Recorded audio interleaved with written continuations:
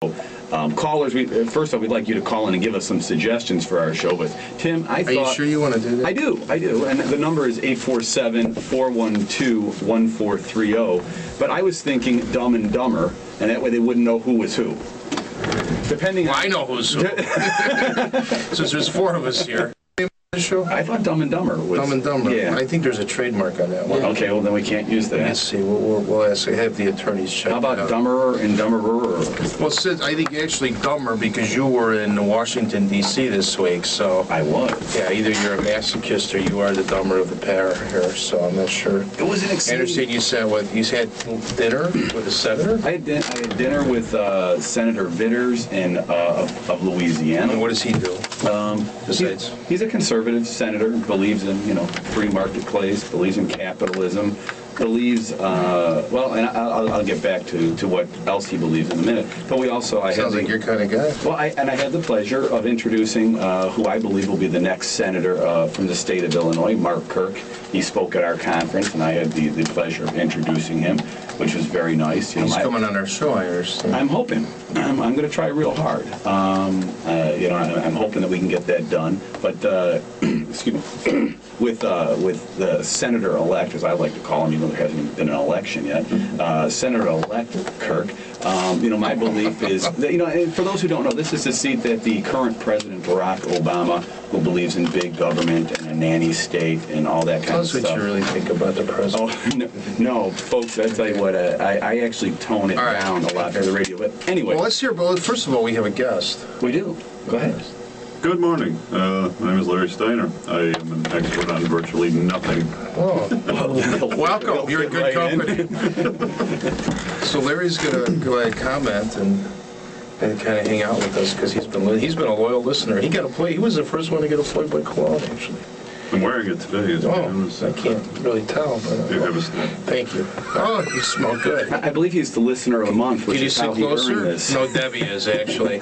So what about Washington? Because I'm gonna have to go to the bathroom after this. Well, it was great. We met with Senator Shelby, and we met with Senator Vitters, and we met with a couple of different members. Was Barney of the Frank House. there? No, Barney did not go. But last year, because he's a banking guy. Last year at the same conference, we met with Senator Dodd.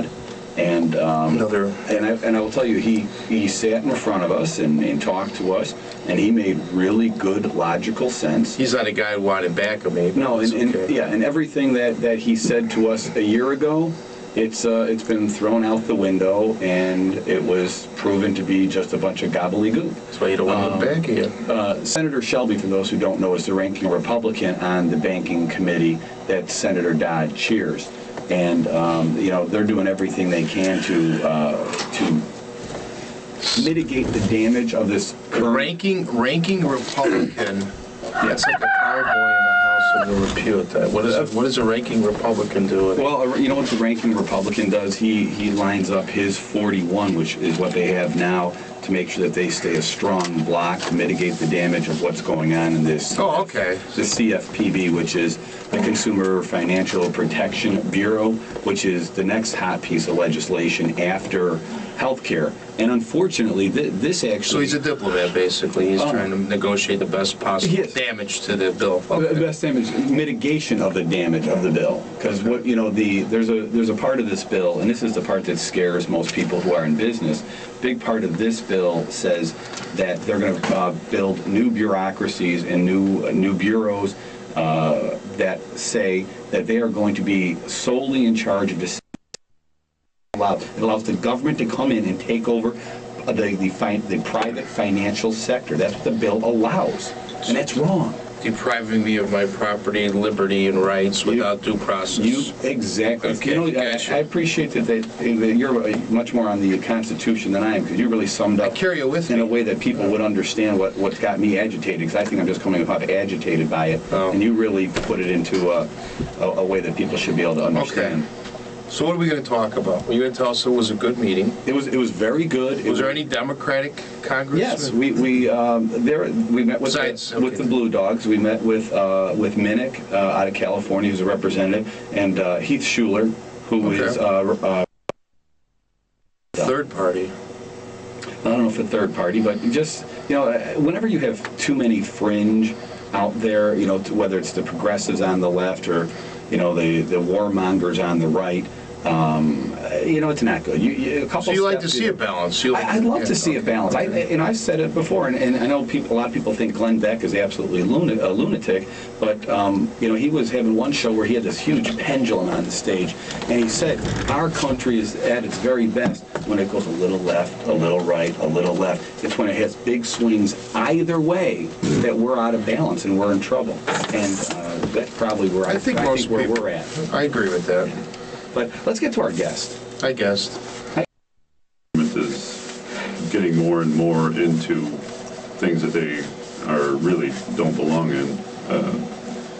Small government, I think, is the best, and it just seems like they're trying to get more and more power over just about everything, to where they're going to tell you what kind of car you have to drive pretty soon, and I don't know, it's just going in the wrong direction.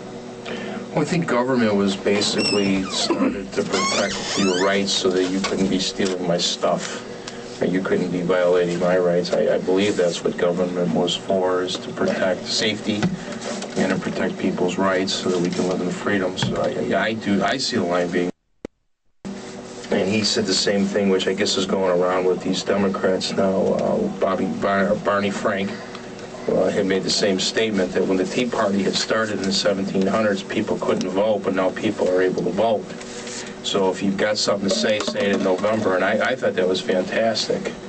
And I think people should be held accountable for some of the things that they do. I personally would like to see everybody, virtually everybody get voted out of Congress and the Senate, all the incumbents, and start with a new fresh slate of people, because I think the problem with the government is that there's too many of these people in here. Their first three questions are, what's in it for me?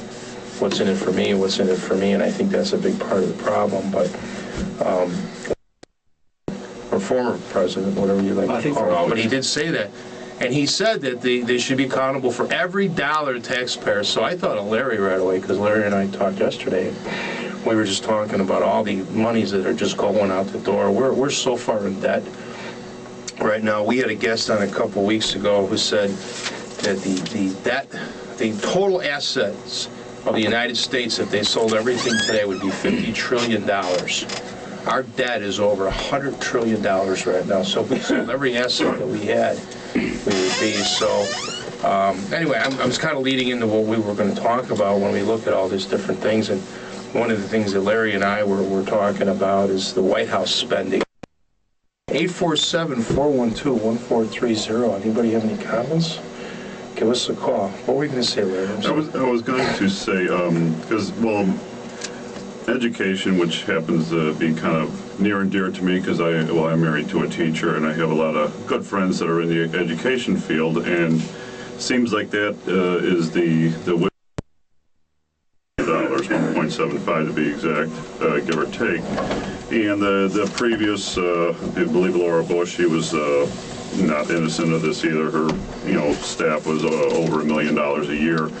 And I'm thinking, why does the First Lady need so many people? And I think I could respect them if they would say, you know what, I can get by with 2 or 3.